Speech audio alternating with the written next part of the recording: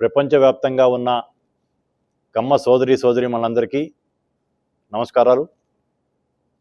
మీ అందరికీ తెలుసు, మనం కేజీఎఫ్ అని కమ్మ గ్లోబల్ ఫెడరేషన్ అని ఒక ప్రపంచ కమ్మ ఉన్న అన్ని అసోసియేషన్స్కి ఒక ప్రపంచ వేదిక అవసరం అనే దాని మీద లాస్ట్ ఇయర్లో 2024లో కేజీఎఫ్ స్థాపించుకొని దాని తర్వాత జూలై 2021 నాడు ప్రపంచ కమ్మ మహాసదస్సు ఏర్పాటు చేసుకోవడం జరిగింది హైదరాబాద్లో. దానికి ఇక్కడ ఈ ఎల్ఎన్టీ మాల్లోనే ఇదే ఆఫీస్ నుంచి ఒక సెక్రటరియట్ కింద దీన్ని మనం స్థాపించుకొని దీని నుంచే మనం చేసి ప్రపంచంలో ఉన్న 32 దేశాల నుంచి ప్రతినిధులు వచ్చారు. కర్ణాటక, తమిళనాడు, ఆంధ్ర, గుజరాత్, ఒరిస్సా, ఢిల్లీ నుంచి భారతదేశ నలుమూలల నుంచి కూడా మనం ఆహ్వానం మేరకు ప్రతినిధులు రావడం జరిగింది. చాలా అద్భుతమైన సక్సెస్ జరిగింది. దానిలో భాగంగా కేజీఎఫ్ కాకతీయ వనభోజనాలు డల్లాస్లో 8,000 మందితో ఏర్పాటు చేసుకోవడం జరిగింది గత సంవత్సరం.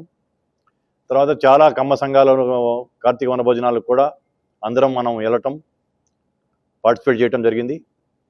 ముఖ్యంగా కొందరు తెలిసి తెలియని చిన్న యూట్యూబ్ ఛానల్స్ వాళ్ళు కావచ్చు, తెలిసి తెలియని కొందరు మన గురించి మాట్లాడేది ఏంటంటే కమ్మవారి గురించి.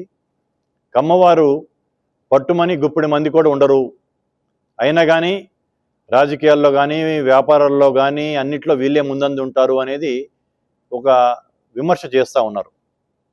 మనం ప్రపంచవ్యాప్తంగా 2,10,00,000 మంది కమ్మవారు ఉంటారు. భారతదేశ జనాభా 140 కోట్లలో కమ్మవారు 1.5% ఉంటారని చెప్పేసి మనం కేజీఎఫ్ బ్రోచర్ ద్వారా చెప్పుకోవడం జరిగింది. కానీ మనం ఏదో ఒక బ్రోచర్స్ ద్వారానో ఒక పాంప్లెంట్ ద్వారానో చెప్తే సరిపోదు. ఎక్కడో ఒక చోట మన కమ్మవారి యొక్క సంఖ్యాబలం చూపించాల్సిన అవసరం ఉంది.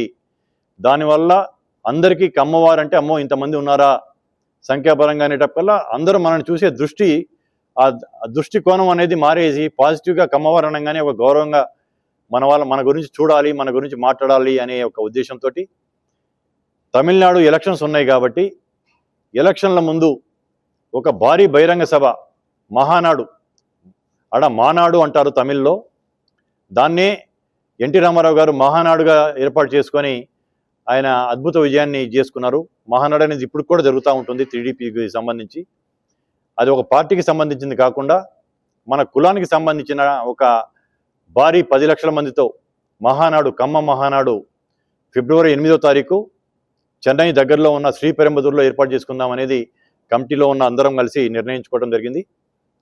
తమిళనాడుని ఎందుకు ఎన్నుకున్నామంటే చాలామందికి తెలియదు.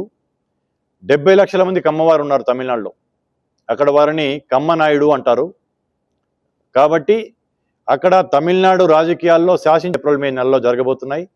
దానికి ఒక 2 నెలల ముందు మన యొక్క సంఖ్యాబలం చూపించేస్తే దాన్ని మనం ఒక 30 మంది ఎమ్మెల్యేలు కావాలి, మన వాళ్ళు కనీసం ఒక ఉప ముఖ్యమంత్రి కమ్మవారు కావాలి, 4-5 క్యాబినెట్లో ఉండాలి అనేది ముందు రాజకీయంగా శాసించే స్థాయిలో మన వాళ్ళు ఉంటే అందరికీ మేలు జరుగుద్ది అనే ఉద్దేశంతో తమిళనాడు ఎన్నుకోవడం జరిగింది. ఆ యొక్క మహానాడు గురించి ఇక్కడ మళ్ళీ సెక్రటరియట్ ఏర్పాటు చేసుకున్నాం. డిజిటల్ క్యాంపెయిన్ కానీ ఇవన్నీ కూడా మనకి మురళి ప్రకాష్ గారు, తాళ్ళూరు సుధాకర్ గారు, తాళ్ళూరు సుధాకర్ గారు, నవీన్ వాళ్ళ టీం అయితే మన కేజీఎఫ్లో కూడా వాళ్ళు ఎంతో పనిచేసి అన్ని దేశాల నుంచి ఇక్కడి నుంచే హైదరాబాద్లో ఉన్న మన యొక్క ఈ ఆఫీస్ నుంచే ప్రపంచం నలుమూలలో ఉన్న కమ్మవారికి కూడా ఒక ఎఫెక్టివ్గా మెసేజ్ పంపడం జరిగింది.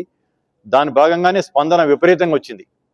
ఆ స్పందనని అట్లాగే కంటిన్యూ చేస్తూ ఈ 10 లక్షల మంది యొక్క మహానాడును కూడా సక్సెస్ చేయడానికి ఈరోజు ఇక్కడ అందరం కలిసి యాక్టివ్గా ఉన్న సభ్యులందరం కలిసి ఈ మహానాడిని ముందుకు తీసుకెళ్ళడానికి ఇక్కడ మళ్ళీ ఈరోజు కార్తీక పౌర్ణమి, చాలా శుభదినం. ఈరోజు నుంచి మనం కార్యక్రమాన్ని మళ్ళీ ప్రారంభించుకోవడం జరిగింది. అందరం కలిసి దాన్ని సక్సెస్ చేసుకోవడానికి అందరి యొక్క కృషి, అందరూ సపోర్ట్ కావాలి. ఈ యొక్క మెసేజ్ వెళ్ళిన వాళ్ళందరూ కూడా ఎవరైతే ఉన్నారో తమిళనాడులో కావచ్చు, కర్ణాటక కావచ్చు, మనకి ఇక్కడ కానీ వాలంటరీగా మన కులం కోసం, కులాభివృద్ధి కోసం పనిచేయడానికి ముందుకు వచ్చే వాళ్ళందరూ కూడా ఇప్పుడు పెద్దలు రాఘవయ్య గారు ఏలూరు నుంచి వచ్చారు. ఆయన ఈ యొక్క దాంట్లో ఆయన కూడా భాగస్వామి కాబోతున్నారు. ప్రకాష్ గారు శ్రీపెరంబదూరు నుంచి వచ్చారు.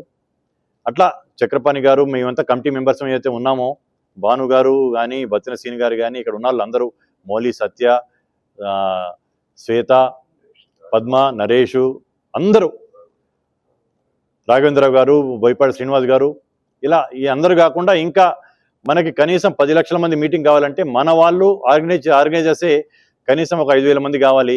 ఎవరైతే ఉన్నారో ఆర్గనైజర్స్గా ఉన్న యువకులు కావచ్చు, అనుభవజ్ఞులు కావచ్చు, డిజిటల్ క్యాంపెయినింగ్లో అనుభవం ఉన్న వాళ్ళు కావచ్చు, అందరం కలిసి పునరేకితమై అందరం ఒక దగ్గర ఉండేసి దీన్ని సక్సెస్ చేయాలని చెప్పేసి నేను అప్పీల్ చేస్తా ఉన్నా.